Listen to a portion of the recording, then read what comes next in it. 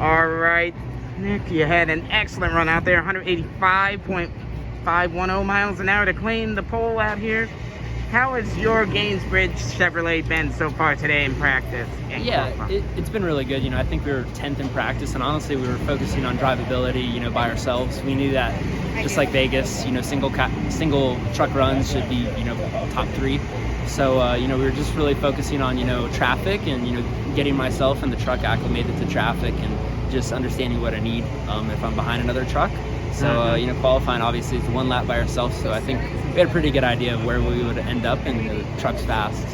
Obviously, the track layout's different as compared to Las Vegas, but how comparable are the 2 circuits?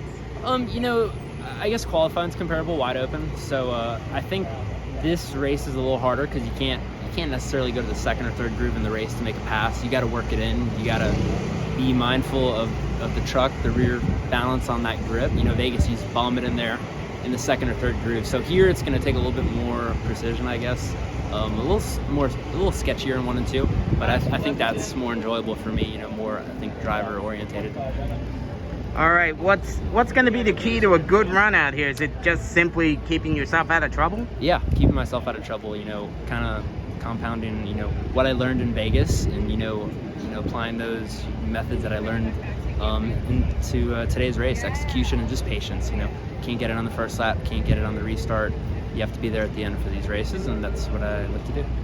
All right, thank you. This is Timmy Hill, driver of the 56 Toyota.